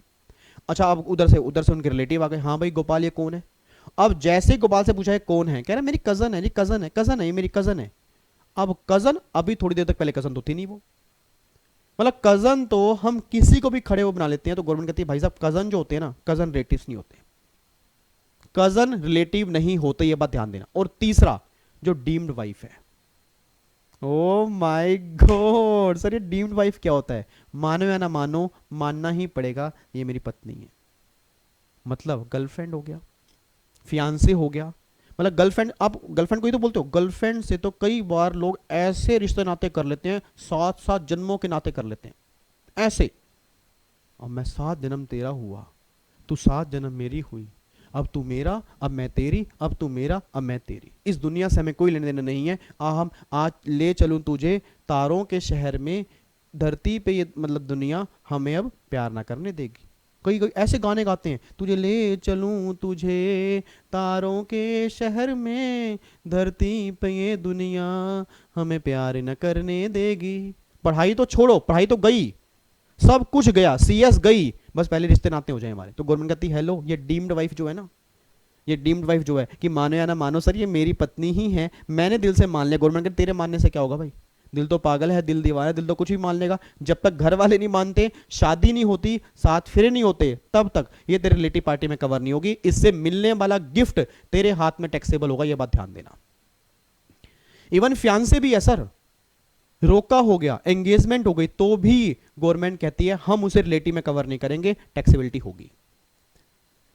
तो सिंपल सी बात ये ध्यान देना चाहिए, एक तो भाई बहन के बच्चे हो गए, कजन हो गए, और आपके जो डीम्ड वाइफ हो गई वो आपके रिलेटिव में कवर नहीं होंगे। बाकी जो नॉर्मली ब्लड रिलेशन है वो सब रिलेटिव में कवर हो जाएगा। उनसे मिलने वाला गिफ्ट मेरे हाथ में एग्जम्प्ट है, सिंगल वैल्यू भी टैक्सेबल नहीं है। ये बात क्लियर है। उसके बाद देखो जी, मैरिज पर मिलने वाला गिफ्ट, अगर शादी पर कोई गिफ्ट मिल रहा है, मैं एनिवर्सरी नहीं कह रहा जी, मैं मैरिज एनिवर्सरी नहीं कह रहा, मैरिज कह रहा हूं। आज एक नया ट्रेंड चल चुका है मैरिज एनिवर्सरी का। और बहुत सारे लोग हैं 25th एनिवर्सरी ऐसे मनाते हैं जैसे दोबारा से रियल शादी हो रही है। मैंने बहुत सारी फेसबुक पे फोटोज देखी हैं, 25वीं एनिवर्सरी है, मम्मी पापा की 25वीं एनिवर्सरी है, इस तरह से मनाई जा रही है। पूरा मतलब हॉल बुक हुआ है, वही मम्मी लहंगे में, पापा शेरवानी के अंदर, वही वरमाला है, वही वहाँ पे फिर फेरे भी कई बार दोबारा होते हैं, और सारे आस पड़ोस के आए हुए हैं, रिलेटिव सारे आए हैं, शगन दिए जा रहे हैं, डांस पे डांस हो रहा है, 4 बोतल वोड का, ये मेरा काम रोज का, ये वाले गाने चल रहे हैं, सब पागल हुए पड़े डांस के अंदर। अब सोच के बोलना जी, मेरा पूरी क्लास से क्वेश्चन है, क्या ये शादी चल रही है, क्या ये मैरिज हो रही है, या मैरिज एनिवर्सरी मनाई जा रही है? मैरिज एनिवर्सरी मनाई जा रही है, मिलने वाले सारे गिफ्ट टैक्सेबल होंगे, क्योंकि मैरिज वर्ड लिखा है, मैरिज एनिवर्सरी वर्ड नहीं लिखा। मेरी बात समझ पा रहे हो? तो एग्जाम में ना कई बार क्वेश्चन बनता है कि मैरिज एनिवर्सरी, बच्चा बस मैरिज देख लेता है, एनिवर्सरी भूल जाता है। तो एनिवर्सरी की बात यहां पे गवर्नमेंट ने नहीं की, मैरिज की बात किया। बच्चा कहता है सर कई लोगों की वो शादियां होती है 3-3 4-4, उस केस में गवर्नमेंट कहती है एग्जाम्प्ट है। अब ये मत सोचना सर ऐसा तो प्लानिंग हो जाएगी, क्या करोगे प्लानिंग, मतलब टैक्स प्लानिंग करने के लिए क्या 4-4 शादियां करोगे क्या? आपने चांटे तो नहीं खाने, थप्पड़ तो नहीं खाने नालायक को, ठीक है? ऐसा नहीं कभी होता प्रैक्टिकली, ओरे भाई भाई टैक्स प्लानिंग हो सकती है, बार बार शादी करो, बार बार गिफ्ट लो, सारा एग्जाम रहेगा। हाँ शादी तो खेल चल रही है ना तुम्हारी, मेरा बच्चा, मेरे नो न्यूमरेशन, इधर इधर आ मेरा बच्चा, इधर आ, इधर आ मेरे प्यारे बच्चे, इधर आ नालायक, इधर देखो ध्यान से, ठीक है जी। तो शादी पर की मिलने वाला गिफ्ट एग्जाम्प्ट है। उसके बाद contemplation of death. Contemplation of death का मतलब क्या है कि एकदम आपकी इमीडिएट एकदम डेथ हो गई किसी की भी बिना विल के, उस टाइम जो प्रॉपर्टी किसी को ट्रांसफर की जाती है, गवर्नमेंट बोलती है उसके हाथ में गिफ्ट का लोन ही लगेगा। विल, फादर ने सन को विल में कोई एसेट दी, फादर ने सन को विल में कोई एसेट दी तो सन के हाथ में कोई टैक्सेबिलिटी नहीं है। आपको गिफ्ट मिला लोकल अथॉरिटी से, university, educational institute, charitable trust, religious trust, इनसे मिलने वाले गिफ्ट कोई भी एग्जम्पशन मतलब कोई भी टैक्सेबिलिटी में कवर नहीं होंगे, सब एग्जम्पशन में कवर होंगे। और अमलगामेशन के टाइम पर अमलगामेटिंग कंपनी के शेयर, अगर अमलगामेटेड कंपनी के शेयर होल्डर को मिल रहे हैं तो जो भी शेयर ट्रांसफर हो रहे हैं उस केस में भी कोई टैक्सेबिलिटी नहीं है। तो सिंपल सी बात बस ये ध्यान देना जी, ये जो एक्सेप्शन यहां पे कवर है इनमें कहीं से भी गिफ्ट मिल रहा है, इनमें कहीं से भी गिफ्ट मिल रहा है ना, सिंगल पैसा भी आपके हाथ में टैक्सेबल नहीं होगा, बस ये बात ध्यान दो। मेरी बात समझ में आ रही है? तो यहां से मिलने वाले गिफ्ट क्या हो जाएंगे? एग्जम्प्ट। अब मैं पूरी क्लास को यहां पे कुछ दिखाना चाहता हूं जी, और मैं चाहता हूं अगर वो आपने लिखना है तो लिख लेना, लाइफ टाइम आप गिफ्ट के लो में कभी गलती नहीं करोगे जी। आपको मैं कुछ लाइन ऐसे लिखवा दूंगा, लाइफ टाइम आप गिफ्ट के लो में कभी भूल के भी गलती नहीं कर सकते। ये लाइनें लिखनी है जी आपने, ये लाइनें आपके सामने है जी। ये गिफ्ट के लो का क्रक्स है, ये गिफ्ट के लो का क्रक्स है, ये बात ध्यान देना जी, ये गिफ्ट के लो का क्रक्स है। इसके बाद मैं 2 क्वेश्चन होमवर्क दूंगा, और मैं यूट्यूब पे बोल रहा हूं जी, आप मेरी फैमिली के बच्चे हो ना, बुरा तो नहीं मानोगे? क्योंकि मैं तो देखो आपको भाई बहन ही मानता हूं, छोटे भाई बहन हो, घर के बच्चे हो, मैं ये मानता हूं। मैं यूट्यूब पे बोल रहा हूं, मैं 2 क्वेश्चन होमवर्क दूंगा, अगर 2 के 2 आपने सही कर दिए, मैं दिल से बोलूंगा सर, और मेरे दिल से बोली गई बात झूठ नहीं होगी कभी। अगर 2 के 2 क्वेश्चन आपके सही हो गए ना, आप लिख लो आज, मेरी लाइन लिख लेना, चाहे इसका क्लिप रिकॉर्ड कर लेना, आपको एग्जाम में कोई फेल नहीं कर सकता, मैं गारंटी दे रहा हूं सर। अगर जो मैं 2 क्वेश्चन होमवर्क दूंगा गिफ्ट के लो के आज, अगर दोनों के दोनों सही हो जाते हैं, पूरी उम्मीद है आपके एजम्पशन आएगी। ओवर कॉन्फिडेंट मत होना, ओवर कॉन्फिडेंट मत होना, बट मुझे पूरी उम्मीद है आप एग्जामिशन के लायक हो अगर वो 2 क्वेश्चन सही कर देते हो आज। ऐसा पता मैं क्यों कर रहा हूं? आज तक के इतिहास में ऐसा कभी हुआ ही नहीं है कि पहली बार में दोनों के दोनों क्वेश्चन सही करते हो किसी बच्चे ने। हाँ, जो रेगुलर बैच वाले बच्चे उनकी बात नहीं कर रहा, क्योंकि वैसे क्वेश्चन हमने क्लास में किए होंगे, ठीक है, और जो कोई और से पढ़े होंगे मे भी उन्होंने भी किए होंगे, बट फिर भी मेरा तो एक्सपीरियंस ये है कि पहली बार में वो सही नहीं होते। ठीक है, उसको देंगे, होमवर्क दूंगा मैं, इसके बाद मैं होमवर्क ही दूंगा, ताकि होमवर्क मैं नेक्स्ट क्लास में आते ही चेक करूं, फिर हम पढ़ेंगे डिविडेंड के बारे में और फिर हम करेंगे एमसीक्यूज।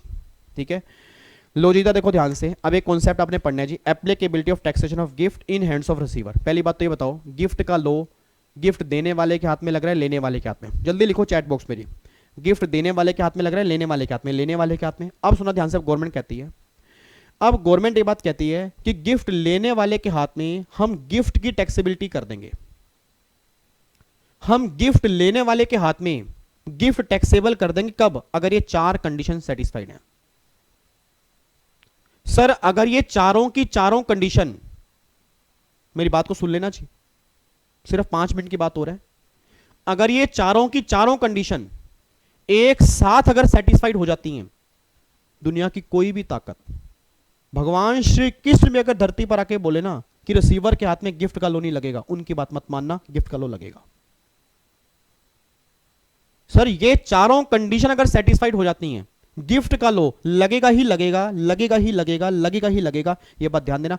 आज के बाद अगर कोई आपसे पूछे ना कि गिफ्ट का लो कब लगता है, ये 4 कंडीशन बोल देना, वो हैरान हो जाएगा कि आपने पूरे गिफ्ट के लो का क्रक्स निकाल दिया। सबसे पहली कंडीशन, गिफ्ट जो है वो प्रॉपर्टी की डेफिनेशन में कवर होना चाहिए। क्योंकि सर अगर गिफ्ट प्रॉपर्टी की डेफिनेशन में ही कवर नहीं होगा तो गिफ्ट के लो से बाहर हो गया, गिफ्ट का लो लगेगा ही नहीं। मतलब मोबाइल है, लैपटॉप है, कंप्यूटर है, एसी है, फ्रिज है, कूलर है, वो तो प्रॉपर्टी में ही कवर नहीं है ना, गिफ्ट का लो है ही नहीं। तो पहली बात, गिफ्ट जो दिया जा रहा है वो प्रॉपर्टी की डेफिनेशन में कवर होना चाहिए। सेकंड, उसकी वैल्यू 50,000 से ज्यादा होनी चाहिए, क्योंकि अगर वैल्यू 50,000 तक है तो ऐसे ही नॉन टैक्सेबल है। तीसरी कंडीशन, वो गिफ्ट एक्सेप्शन में कवर नहीं होना चाहिए। मान लो गोल्ड की रिंग है, वैल्यू 1 लाख रुपए है, बट दी रिलेटिव ने एग्जाम्प्ट हो गई। गोल्ड की रिंग है, वैल्यू 5 लाख रुपए है, मिली शादी पर है, एग्जाम्प्ट हो गई। अब वो प्रॉपर्टी है, वैल्यू 50,000 से ऊपर है, उसके बावजूद भी एग्जाम्प्ट है। रीजन बिंग क्योंकि वो एक्सेप्शन में कवर है। तीसरी कंडीशन, गिफ्ट जो दिया जा रहा है वो जो दी हुई एक्सेप्शंस हैं उसमें कवर नहीं होना चाहिए। एंड चौथी कंडीशन, गिफ्ट रिसीवर के हाथ में कैपिटल एसेट होना चाहिए। चौथी कंडीशन, गिफ्ट रिसीवर के हाथ में कैपिटल एसेट होना चाहिए। अगर गिफ्ट लेने वाले के हाथ में वो गिफ्ट स्टॉक इन ट्रेड होगा तो उसके हाथ में गिफ्ट का लोन ही लगेगा। मैं दोबारा बोल रहा हूं, गिफ्ट लेने वाले के हाथ में अगर गिफ्ट स्टॉक इन ट्रेड होगा, स्टॉक इन ट्रेड मींस आपने मुझे गोल्ड की रिंग दी, मेरा काम ज्वेलर्स का है। अब अगर मैं ज्वेलर्स हूं तो गोल्ड की रिंग मेरे हाथ में क्या बन गई, स्टॉक इन ट्रेड बन गई ना, तो मेरे हाथ में गिफ्ट का लोन ही लगेगा। अब लास्ट टाइम पूरी क्लास अब बोल के जाएगी चैट बॉक्स में, फिर मैं आपको 2 क्वेश्चन दूंगा, पूरी क्लास चैट बॉक्स भर देगी। कितनी कंडीशन, जल्दी बोलो जी, कितनी कंडीशन? 4। कितनी कंडीशन? 4। कितनी कंडीशन? 4। कितनी कंडीशन? 4।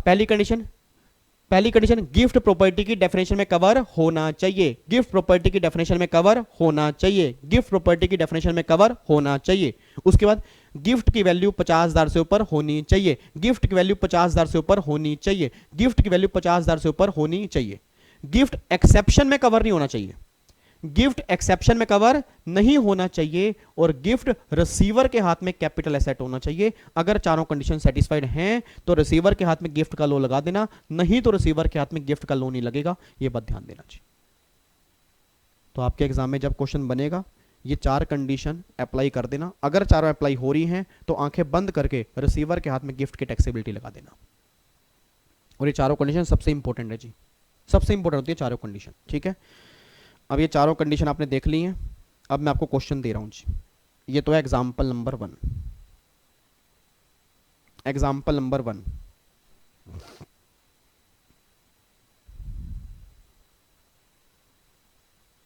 मान लो ये मिस्टर वीजी हैं, ठीक है, मान लो ये मैं हूं, ठीक है। मुझे गिफ्ट मिल रहा है ए से, B, C, D, E, F, G, H, आई। ओ माई गॉड, इतने सारे गिफ्ट आपको मिल रहे हैं। बस आपका प्यार है, आप क्या करें। कई बच्चे गिफ्ट देते रहते हैं, प्यार दिखाते रहते हैं अपना। मैंने कहा है गिफ्ट मेरे को लाइक दे दिया करो, नालायक लाइक भी नहीं अच्छे करते। कमाल की बात पता है, दुख तब होता है जब बैठे हो 300 बच्चे और लाइक हो 200। 100 बच्चे तो बस आराम से बैठ के देख रहे हैं, कह रहे नहीं करेंगे लाइक, नहीं करेंगे नहीं करेंगे नहीं करेंगे। नालायक बच्चे, इधर देखो ध्यान से, पता लगेगा जब आप कोई काम करोगे ना और दूसरा वो काम को बस देख दाख के चला जाएगा और बोलेगा ठीक है ठीक है, आपको तब पता लगेगा। नालायक को मोटिवेट किया करो, दुनिया में आए हो कुछ अच्छा कर लो। ये नहीं हमेशा बस ऐसे आए और ऐसे चले गए। अच्छे इंसान बनने की कोशिश करो। ठीक है, A B C D E F G H I. अब लो जी, ए ने वीजी को चेक गिफ्ट किया, चेक गिफ्ट किया 40,000 रुपये। बी ने वीजी को गोल्ड की रिंग गिफ्ट की है, उसकी एफएमवी है 30,000 रुपये। सी ने वीजी को एक घर गिफ्ट किया, उसकी स्टैम्प ड्यूटी है मान लो 45,000। डी ने वीजी को घर सेल किया, घर बेचा है जी, घर बेचा है ठीक है, 6 लाख रुपए का, 6 लाख रुपए का। उसकी स्टैम्प ड्यूटी वैल्यू है 6,55,000। एसडीवी है 6,55,000। घर बेचा 6 लाख का, स्टैम्प ड्यूटी वैल्यू 6,55,000 है। ई ने वीजी को ड्राइंग गिफ्ट किया, ड्राइंग 60,000 की, उसकी एफएमवी है 60,000। ई ने वीजी को ड्राइंग गिफ्ट की है 60,000 रुपए की, उसकी एफएमवी है। एफ ने वीजी को ड्राफ्ट दिया, ड्राफ्ट, उसकी एफएमवी है 15,000 रुपए। ड्राफ्ट की फेयर मार्केट वैल्यू 15,000 रुपए। ये लिख लेना, कहीं बाद में फिर पूछते रहो, या फिर वीडियो पीछे करके सुन लेना जो मैं बोल रहा हूँ जी। ठीक है, ड्राफ्ट गिफ्ट किया, उसकी एफएमवी 15,000 रुपए है। जी ने वीजी को गोल्ड की रिंग सेल की है, सेल 1 लाख रुपए की, उसकी FMV है 1,70,000। FMV है 170, 170 वाली रिंग 1 लाख में दे दी, 170 वाली रिंग 1 लाख में दे दी। H ने VG को घर गिफ्ट किया, उसकी SDV है मान लो 40,000 रुपये, SDV 40,000 रुपये अच्छी, ठीक है। और I ने VG को वॉच गिफ्ट की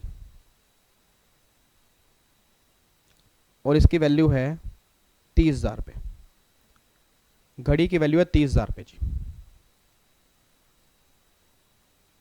घड़ी की वैल्यू 30,000 रुपये। आई ने वीजी को वॉच गिफ्ट की, उसकी वैल्यू 30,000 रुपये की है। आपको ये बताना है वीजी के हाथ में गिफ्ट के लो में कितनी टैक्सेबिलिटी आएगी जी, वीजी के हाथ में गिफ्ट के लो में कितनी टैक्सेबिलिटी आएगी, क्वेश्चन आपके सामने है, ये क्वेश्चन नंबर 1 है जी। इसको पॉज करके उतार लेना जी। अब मैं अगला क्वेश्चन दे रहा हूं जी, अगला क्वेश्चन दे रहा हूं, अगला क्वेश्चन इसके नीचे ही दे रहा हूं क्योंकि वो छोटा सा ही है वो छोटा, सबसे खतरनाक क्वेश्चन है जी वो।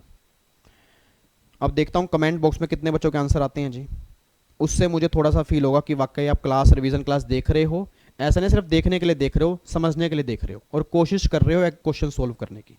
एग्जाम्पल 2, एक्स वाई जेड और पी, एक्स वाई जेड और पी, एक्स वाई जेड और पी, दोबारा बोलूंगा एक्स वाई जेड और पी। एक्स ने वाई को घर बेचा, एक्स ने वाई को घर बेचा, घर बेचा 5 लाख का, 5 लाख का, ठीक है। और इसकी SDV है 5,40,000 और एक्स ने घर कितने का लिया था। इसकी ना कोस्ट आपको मतलब इसको ना इंडेक्सेशन मत करना, पूरे क्वेश्चन में इंडेक्सेशन नहीं करना आपने, ठीक है, विदाउट इंडेक्सेशन निकालना है आपको। इसकी कोस्ट आपकी है जी 2 लाख रुपए। एक्स ने घर लिया था 2 लाख रुपए का, एक्स ने घर लिया था 2 लाख रुपए का, वाई को 5 लाख रुपए का बेच दिया, उसकी स्टैम्प ड्यूटी वैल्यू 5,40,000 रुपए है, ठीक है। अब वाई के पास घर आ गया, वाई ने जेड को ये घर बेच दिया, वाई ने ये घर जेड को बेच दिया, वाई ने ये घर जेड को बेच दिया, जेड को बेचा 9 लाख रुपए का, जेड को बेचा 9 लाख रुपए का।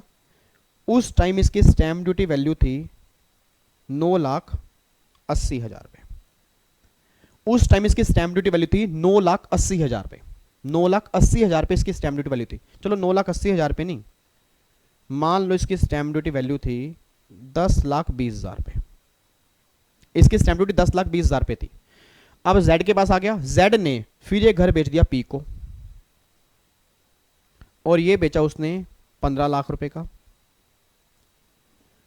और उसकी स्टैम्प ड्यूटी वैल्यू थी उस टाइम 16 लाख रुपए, इस घर की स्टैम्प ड्यूटी वैल्यू थी 16 लाख रुपए। दोबारा बोल रहा हूं जी, एक्स ने वाई को बेचा 5 लाख का, स्टैम्प ड्यूटी 5,40,000 रुपए है।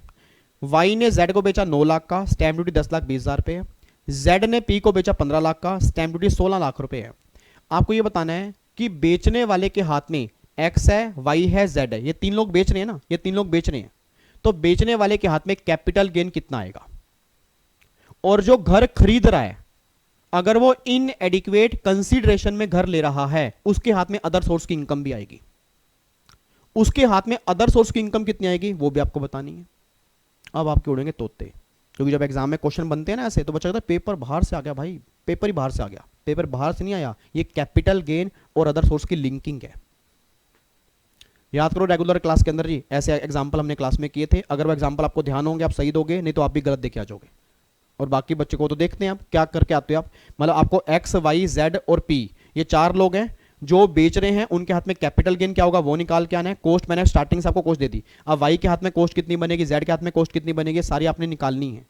क्वेश्चन बिल्कुल कंप्लीट है जी, क्वेश्चन बिल्कुल कंप्लीट है। अब मैं ये देखना चाहता हूं कि जो लोग सेल कर रहे हैं उसके हाथ में कैपिटल गेन आप क्या निकाल के आते हो, और जो लोग ले रहे हैं उसके हाथ में अगर अदर सोर्स लगेगा तो अदर सोर्स की कितनी इनकम आएगी। ये दोनों क्वेश्चन आपके सामने हैं, अगर ये दोनों आपने सही कर दिए, मैं दोबारा बोल रहा हूं मेरे वर्ड की ध्यान रखना, उस बच्चे के एग्जामिनेशन के 100% पूरे चांसेस हैं अगर दोनों आप सही कर देते हो। मैं 2 क्वेश्चन के बेस पे डिसाइड कर लूंगा आप एग्जाम में असम्पशन ले पाओगे नहीं ले पाओगे। ये 2 क्वेश्चन ही बता देंगे आज, ये 2 क्वेश्चन ही बता देंगे। और चीटिंग किससे मत करना, गलती से पूछने की कोशिश मत करना। आपका दिल ये बात जानता होगा कि आपने खुद की है या कहीं से पूछ के की है। मेरे को दिखाने के लिए नहीं जी, अपने लिए चेक करो, अपने लिए कि अगर ये क्वेश्चन एग्जाम में आते तो आप करके क्या आते। किससे पूछ के करोगे, नुकसान मेरा नहीं है, 100% नुकसान आपका है, क्योंकि एग्जाम में कोई दूसरा क्वेश्चन बन गया फिर आप गलती करोगे, फिर कहां से पूछोगे। तो मैं उम्मीद करूंगा हर बच्चा ईमानदारी से क्वेश्चन करके आएगा जी, ठीक है। और कमेंट बॉक्स भर जाने चाहिए, कम से कम 300-400 बच्चा, कम से कम जितने बच्चे देख रहे हैं सारे बच्चे आंसर देंगे, ताकि मुझे पता लगे मेरी फैमिली गलती कहां कर रही है, उसको फिर हम बाद में इंप्रूव करेंगे, ठीक है। चलो जी, तो फिर आज यहीं तक करते हैं जी। और बाकी बहुत जल्दी, मैं दोबारा बोल रहा हूं, बहुत जल्दी मैं शाम के टाइम पर सेशन के बाद, अभी हमारे डाउट सेशन चल रहे हैं, अब डाउट सेशन थोड़े बहुत खत्म होने के बाद फिर मैं लेके आऊंगा क्विज। 1 घंटा यूट्यूब पे लाइव रिवीजन सेशन तो चलेंगे ही चलेंगे, हम खेलेंगे क्विज, उसमें एमसीक्यूज करेंगे, मिक्स एमसीक्यूज भी करेंगे, चैप्टर वाइज भी करेंगे। आपकी इतनी प्रैक्टिस करवा दूंगा ना, आपको पेपर जब आपके हाथ में आएगा आपको लगेगा देखा हो पेपर है। उसके आप टेंशन छोड़ दो जी, मैं पूरी तैयारी करके चल रहा हूं, अब बस आपकी जरूरत है मुझे। अगर आप साथ देके चलोगे इतिहास रच देंगे जी एग्जाम में। हर बच्चे के जब मैसेज आएंगे ना एग्जामिनेशन के, हर बच्चे के जब मैसेज आएंगे उस दिन मेरी जिंदगी सफल होगी जी, और आपके पेरेंट्स को प्राउड फील होगा, ठीक है। चलो जी, फिर बाकी मुलाकात करेंगे नेक्स्ट क्लास मेरी। तब तक के लिए अपना ध्यान रखो, अपनी फैमिली का ध्यान रखो, तंदुरुस्त रहो, चुस्त रहो, खुश रहो। और अगर अच्छा लगे तो सबके साथ शेयर किया करो, सबको बोला करो कि भैया चैनल पे आ जाओ जल्दी जल्दी, इस चैनल को बड़ा बनाओ, क्योंकि धीरे धीरे धीरे धीरे हम 90,000 की तरफ जा रहे हैं, बहुत धीरे जा रहे हैं। मुझे उम्मीद थी कि हाँ भाई 1 लाख तो हम बहुत जल्दी पहुंच जाएंगे, बट वो आपके ऊपर है। अब अगर आप ही मेरा साथ नहीं दोगे ना तो फिर दिल दुखता है। हर बच्चे के पास ये वीडियो होनी चाहिए, चैनल होना चाहिए। उनको बोल दिया करो कि नालायक को क्या कहते हैं वो सब्सक्राइब और घंटी वाला बटन जो भी है वो आपको बताओगा, वो उनको बता दिया करो कि डेली शाम को रिवीजन कराते हैं, बढ़िया से मस्त चलती है, ठीक है जी। चलो जी, बाकी एप्लीकेशन वीरी स्टडी हब की एप्लीकेशन है, वहाँ पे जीएसटी के समरी नोट्स आप जाके देख सकते हो, इनकम टैक्स के समरी नोट्स हो गए, और आपके एमसीक्यू क्वेश्चन बैंक हो गया। Veeri study hub mobile application पे भी है, वेबसाइट पे भी है वीरी स्टडी हब की, और बाकी टेलीग्राम चैनल पे भी है, ठीक है। ओके जी, bye bye, tata, thank you so much, जय हिंद, गॉड ब्लेस यू जी, love you, take care, bye bye, खुश रहो जी, हमेशा खुश रहो, मुस्कुराते रहो, बाय बाय जी।